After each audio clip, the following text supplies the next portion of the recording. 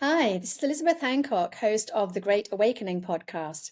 So, this week I thought I'd take another look at dragons, and in particular, looking at whether dinosaurs are dragons. And I think more and more people are beginning to put two and two together and realize that, yes, what our ancestors were talking about in our myth stories were dragons. And then we renamed them in the early 1800s to dinosaurs when they were rediscovered again. So, as we know from previous episodes, dragons exist in nearly every culture around the world. They're talked about in so many cultural stories, myth stories, and legends.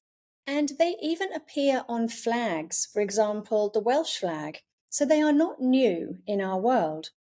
So, why, when dinosaurs were first discovered in 1819, was the connection not made to cultural stories about dragons?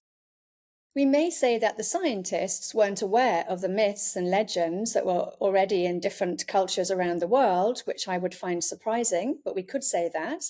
But then we also can look at the flags, the dragons on the flags, and we can also look at the different cultures. For example, a book in China talks about the dragons that existed in their world and were even used as pets, which we'll come to in a bit. So, why were dragons relabeled as dinosaurs when they were first discovered in 1819? Well, in fact, we can see this renaming of things spanning across countries and cities everywhere. And it has actually caused so much confusion in our history books that our history is a mess. And a society who doesn't know their history is a society that doesn't know itself. And this makes that society so much more easy to target, infiltrate, and control, which is most likely what happened in our history. We lost a war, and the current leaders of our world won it. But there is possibly another reason for this renaming of countries and cities, and that is in order to hide the lost empire of free energy, or what many people are calling Tartaria. Interestingly, Tartaria had many dragons and griffins in their flags, and we can see that some of these flags still exist. We can also see Tartaria in old maps that Putin put back into circulation in 2012 and back into the Russian education system as well, so the Russian children could learn about their true history again. This is interesting, and yet Tartaria is still being called a hoax on Google. It has slowly been eradicated from our history books for decades because we were taught about Grand Tartary 50 years ago in history lessons in Europe, and now we are not. So could it be that the concept of dragons was not brought up or not talked about and were relabeled as dinosaurs because the idea of dragons being true would then lead people back to looking at Tartaria and the different flags and see that this was true as well? Would it also allow us to look at our past in a different way, and maybe not in the way that we've been taught in our history books? Well, yes, I think it was. And I think this is why our history has been completely altered and changed. The Chinese zodiac also refers to dragons, but why would every other animal of the zodiac be real and dragons be mythical? It doesn't make any sense until we read the Chinese book, the Zhou from 300 BC, which describes dragon rearing as a normal part of everyday life. Dragons lived with families like pets, and they also lived in the wild in caves as well. So if dragons are real, then what are dinosaurs? And if dragons from our myths are real, then where does that leave all the other myths? The dogmen, mermaids, vampires, the chess-faced tribes, and more. I'll be talking about these and more in our upcoming Tartarian conference that we're going to be launching soon. And I'll share details of that once they come out. So call me suspicious, but when Hollywood makes a ton of movies about dinosaurs, you have to ask yourself, why is that? What are they trying to get us to believe this time? Not to mention they seem to enjoy hiding the truth in plain sight for us.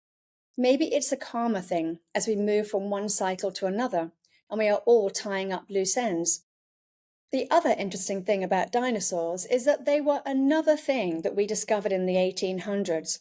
But the 1800s has been an incredible time of building, discovery, and invention, so much so that it is quite remarkable that people went through so much starvation, poverty, disease, and struggle, and yet managed to build amazing architecture, not just in the UK, but all over the entire Northern Hemisphere, all with hand tools, wooden ladders, and horse and cart.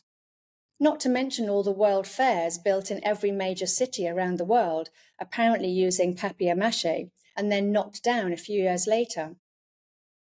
The Industrial Revolution, as it's called, seemed to be an incredible time in our history, but was it really? No, I don't think so, because we are discovering new things every day that tell us that there were advanced technologies thousands of years ago too. We have found an electrical plug buried inside a granite rock, dated to 100,000 years ago. Batteries, such as the Baghdad battery, dated to 2,000 years ago. Flushing toilets have been found in a village in the Indus Valley, dated to 2,600 years ago. And the obvious image of an astronaut, as you can see here, is dated 3,000 years ago. In fact, the ancient or old texts are filled to the brim with advanced technology, which you can read about in my latest book, Human Origins, the Multiverse, and Our Star Ancestry, not to mention the discoveries of dragon-type looking dinosaurs that have recently been found in South Dakota, US, the UK, and Asia. But why have none been found with wings? Well, maybe because the wings are made of cartilage, which wouldn't have fossilized. Only the bones become fossils. Or maybe because not all dragons had wings. And as carbon dating is notoriously inaccurate, I don't think dragons, or what we changed to dinosaurs in the 1800s, lived millions of years ago either. Both the Peruvian ice stones and the Angkor Wat temple have obvious-looking dinosaurs carved onto them, meaning that dinosaurs were still around 10,000 years ago. And if our myths are correct, then so are dragons. So are dinosaurs dragons? Yes, I think so. And are Hollywood movies about dinosaurs leading us up the garden path? Yes, I believe so. And when they talk about genetically modifying dinosaurs back into existence, are they in fact talking about genetically modifying humans? Maybe, yes, as there is plenty of evidence to show genetic changes in us that are not natural and involve outside intervention.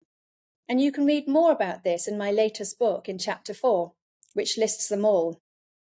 But for now, that's all, and I look forward to catching up with you next week. Okay, take care. Bye.